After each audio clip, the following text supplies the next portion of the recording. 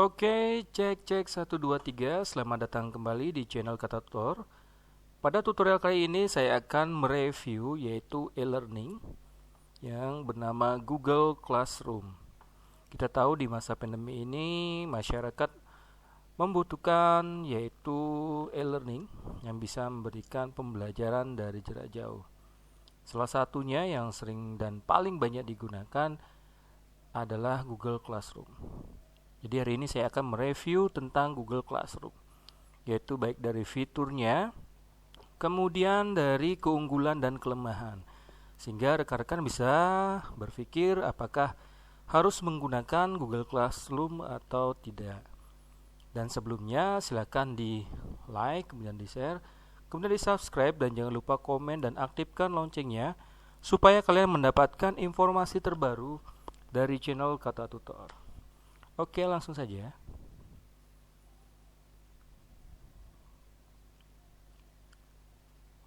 Oke, untuk Google Classroom seperti diketahui dalam halaman Wikipedia bahwa Google Classroom ini diumumkan pada tanggal 6 Mei 2014 ya.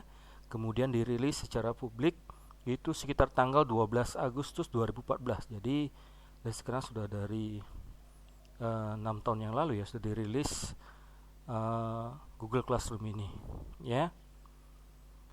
Kemudian untuk Google Classroom kita lihat dulu fitur-fiturnya ya. Jadi supaya rekan-rekan berpikir, oh, apakah saya gunakan Google Classroom atau tidak. Yang pertama, kita amati fitur-fitur yang terdapat pada Google Classroom. Nah, kebetulan saya sudah masuk ke dashboard dari e-learning ini. Jadi bentuknya seperti ini. Ya. Di dalam Google Classroom ini rekan-rekan bisa mengamati beberapa fitur. Yaitu kalau lihat di bagian tombol di sini sebelah kiri itu ada kelas, kemudian kalender, kemudian untuk pengajarnya apa saja yang belum diperiksa, kemudian kelasnya, kelas yang diarsipkan, kemudian ada setelan. Oke, ini setelannya. Nah, ini tampilan dasar dari kelas pada Google Classroom. Nah, fiturnya apa saja? Di Google Classroom di sini ada fitur yaitu pertama adalah tugas, kemudian penilaian to grading, selain itu adalah komunikasi, kemudian ada forum, kemudian pengarsipan untuk pembelajaran. Ya, jika kita lihat di sini di menunya, fiturnya yang pertama itu ada forum. Jadi di forum di sini kelihatan seperti ini, nanti ada beberapa forum yang bisa rekan-rekan tambahkan. Kemudian ada tugas untuk kelas. Nah, disinilah rekan-rekan bisa membuat kelas. Bisa dijadwalkan melalui Google Calendar, kemudian bisa diarsipkan di folder drive kelasnya. Kemudian di sini penugasannya itu dapat berupa, misalnya kita klik ada tugas, kemudian tugas kuis, kemudian pertanyaan, dan rekan-rekan juga bisa memberikan materi di sini. Kemudian di sebelah kanannya itu ada menu anggota. Jadi anggota ini adalah sebagai informasi yaitu pengajar dan siswa yang sudah masuk di kelas Google Classroom. Kemudian nilai itu memberikan gambaran informasi tentang nilai dari siswa. Jadi tugas atau kuis apa saja sudah dikerjakan, kemudian nilainya berapa, seperti ini. Nah, kemudian jika kita kembali ke depan, nah di sini ada informasi tentang tugas-tugas yang akan dilaksanakan di bagian bawahnya. Ya, kemudian di sini ada setting, detail kelas seperti ini. Ya. Mungkin nanti dibahas di video berikutnya ya. Sekarang kita hanya mereview saja. Kemudian ada informasi untuk akun dari Google Classroom itu sendiri. Ya, jadi itu fitur-fitur yang ada pada Google Classroom. Kemudian untuk Google Classroom ini juga tersedia dalam bentuk aplikasi yang ada pada smartphone, misalnya di iOS ataupun di Android. Setelah itu bisa juga diakses melalui web browser seperti ini. Jadi kita sudah mengaksesnya dalam web browser. Kemudian untuk review nanti di aplikasi itu saya akan buat di video selanjutnya ya.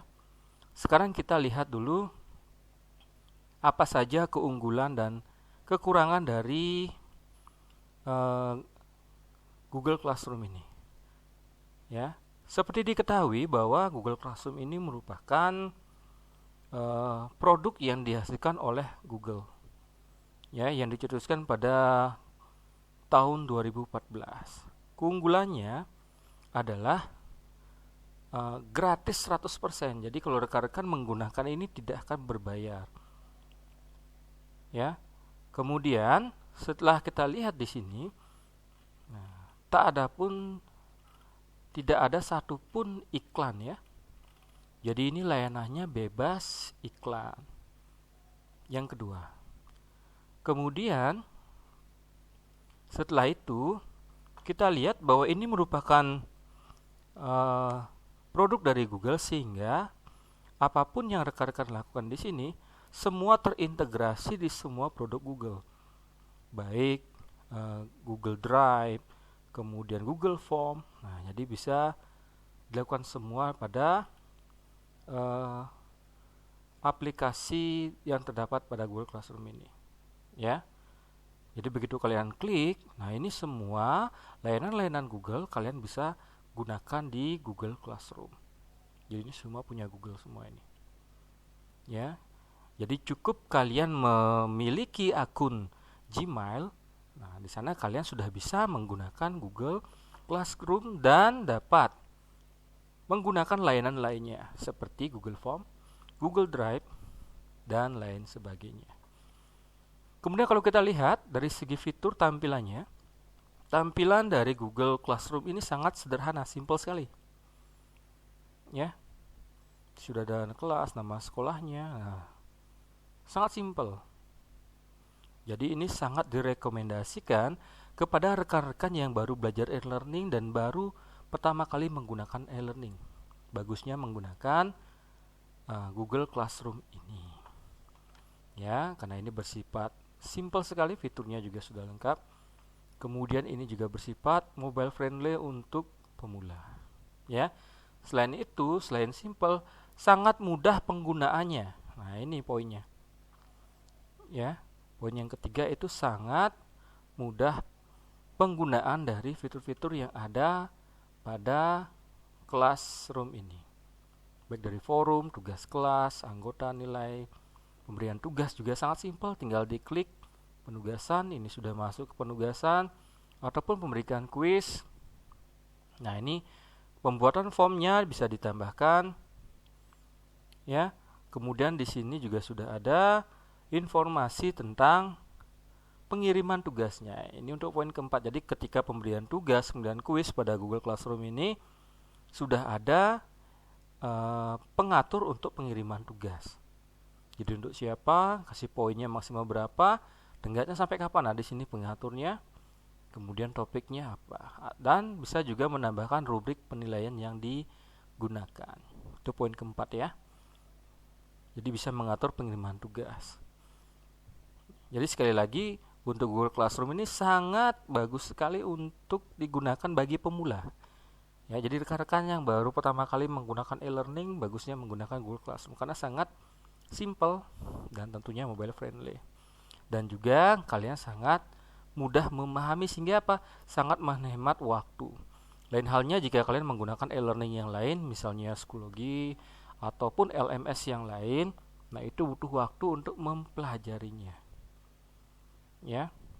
Nah, itu keunggulannya. Kemudian di sini fitur berikutnya, ketika rekan-rekan menggunakan Google Classroom, ya, keunggulan yang lain adalah kalian bisa memberikan umpan balik, kemudian penilaian, selanjutnya memberikan suatu respon ya kepada siswa. Misalnya kalau siswa sudah mengerjakan, misalnya tugas kelas, ini saya contohkan, ketika sudah diberikan penugasan, Nah, ini sudah ada informasi, misalnya batas waktu pengumpulan, kemudian berapa yang sudah memberikan tugas, berapa yang sudah diserahkan, ya. Ini diberikan berarti sudah dinilai, kemudian diberikan ke siswa lagi, diberikan feedback, kemudian ini yang sudah nilai. Lalu kita klik di sini misalnya.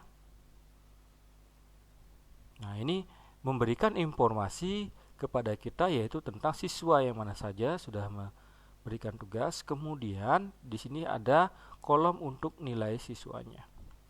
Jadi siswa yang sudah nilai, ya. Kemudian kalau kita klik yang sudah diberikan, nah ini sudah diberikan pada siswa, kemudian yang sudah dinilai.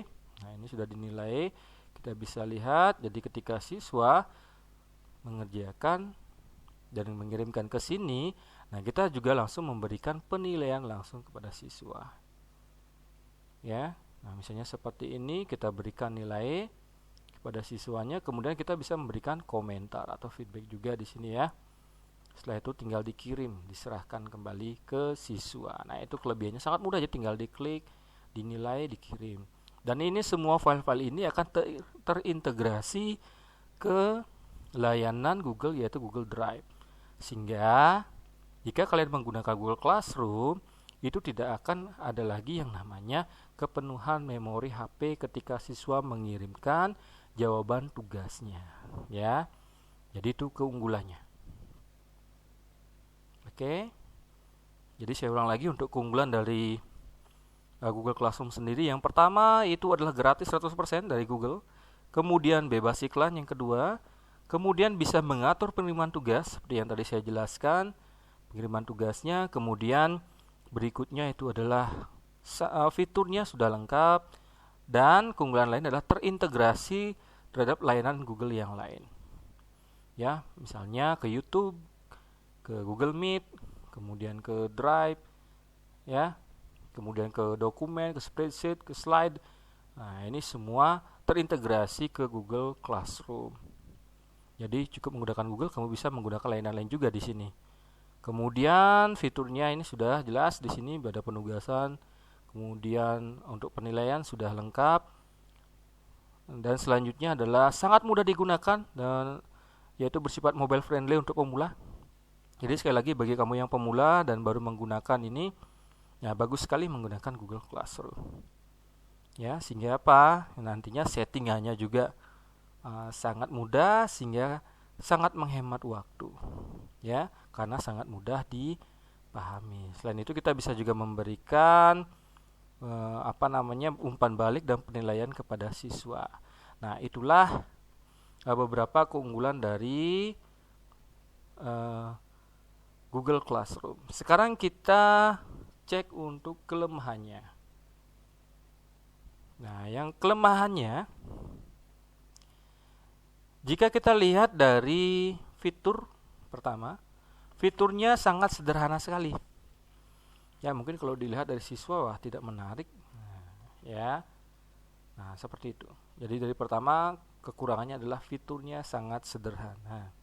Ya, dari tampilan. Kemudian untuk beberapa penilaian ternyata tidak bisa dinilai secara otomatis.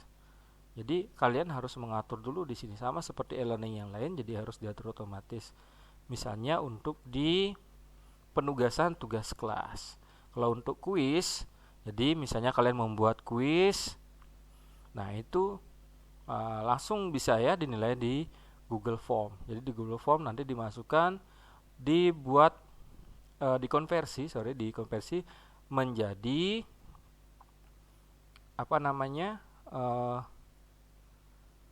Google Spreadsheet ya. Nanti di sana ada spreadsheetnya, di layanan Google-nya jadi spreadsheet. Nah, kalau di sini tidak bisa dilihat. Itu kelemahannya. Jadi tidak langsung nilainya masuk ke sistem. Meskipun sudah buat, kita harus cek dulu di Google Formulir. Nah, dari Google Formulir ini baru kita bisa lihat berapa nilai siswa. Ya. Kemudian kita konversi menjadi Microsoft Excel. Nah, itu baru bisa dicek berapa skor siswa. Kalau di sini nggak kelihatan, meskipun ini nilai kuis. Ya. Nah, itu kelemahannya. Kemudian ketika memberikan kuis di Classroom ini, ya, coba kita simak dulu di sini. Nah, ya, jika kita masuk ke kuisnya di sini, ternyata kita tidak bisa men-setting untuk limit waktu pengerjaan kuis itu sendiri. Jadi hanya bisa memberikan kuis, poinnya berapa. Ya, kalau saya masuk ya. Kalau saya misalnya masuk ke Google formulirnya.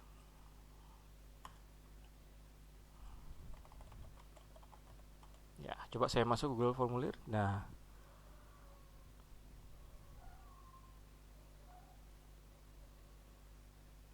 ini. Jadi di sini ketika siswa mengerjakan itu tidak ada namanya batas waktu pengerjaan sampai berapa menit. Nah, itu. Kita tidak bisa mengatur limit waktunya di sini. Ya, ini sudah ada hanya respon, kemudian kita akan rubah menjadi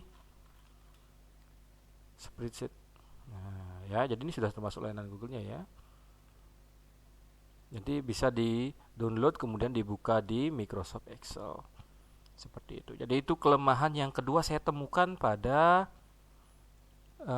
Google Classroom ini. Berikutnya,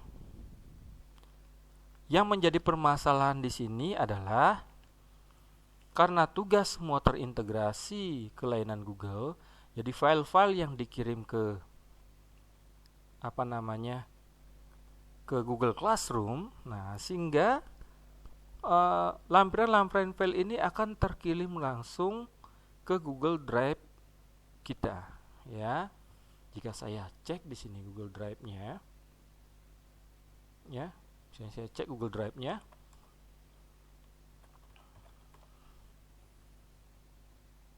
nah yang terjadi adalah di sini drive kita akan menjadi cepat penuh.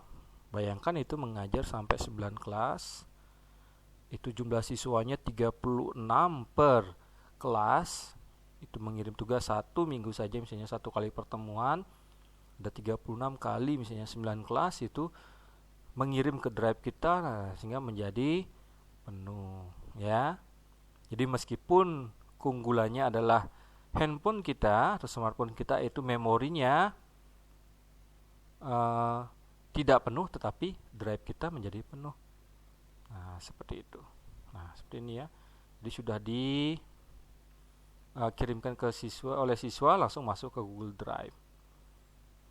Kemudian kita tahu bahwa Google Drive sendiri itu terintegrasi ke Google dan ke Gmail, sehingga kapasitas yang bisa diberikan oleh Google sendiri hanya sebesar 15 GB. Jadi bukan hanya drive saja ya, dari Google Classroom saja ya. Mungkin kita download dari mana, masuk ke drive, kemudian dari ini juga masuk ke drive sehingga drive-nya menjadi penuh. Nah, itu menjadi kekurangan dari Google Classroom. Oke, mungkin reviewnya hanya segitu saja dulu. Nanti untuk review yang lain, misalnya memberikan penugasan dan lain sebagainya, nanti kita upload lagi di video berikutnya. Dan sebagai saran, bagi rekan-rekan yang menggunakan e-learning ini, harus juga memperhatikan kondisi lingkungan sekolah, terutama siswa, ya. Apakah pertama siswa di daerahnya itu layanan internetnya bagus atau tidak, kemudian apakah siswa juga mempunyai perangkat smartphone, ya. Jadi kondisi seperti ini kita bisa maklumkan dulu, karena tidak setiap siswa mempunyai smartphone. Jadi Google Classroom ini hanya bisa dilaksanakan jika siswa menggunakan perangkat smartphone, kemudian bisa juga menggunakan di laptop, kemudian tersedianya layanan internet. Jadi jangan terlalu dipaksakan, ya, tergantung kebutuhan teman-teman. Kita lihat dulu situasi dan kondisi siswa juga, ya. Oke, baik, demikian dulu untuk review hari ini. Nanti untuk review berikutnya saya akan berikan informasi tentang bagaimana caranya membuat tugas, absensi, kemudian menilai untuk di Google Classroom, ya. Nah, Kemudian dari kekurangan dan kelebihan dari Google Classroom ini, rekan-rekan bisa berpikir apakah saya harus menggunakan Google Classroom atau tidak. Ya, oke, demikian dari saya. Semoga video ini bermanfaat. Dan tentunya jangan lupa like, komen, dan subscribe. Kemudian di-share dan jangan lupa diaktifkan loncengnya supaya mendapatkan informasi terbaru dari channel Kata Tutor. Akhir kata, saya sampaikan terima kasih dan selamat mencoba.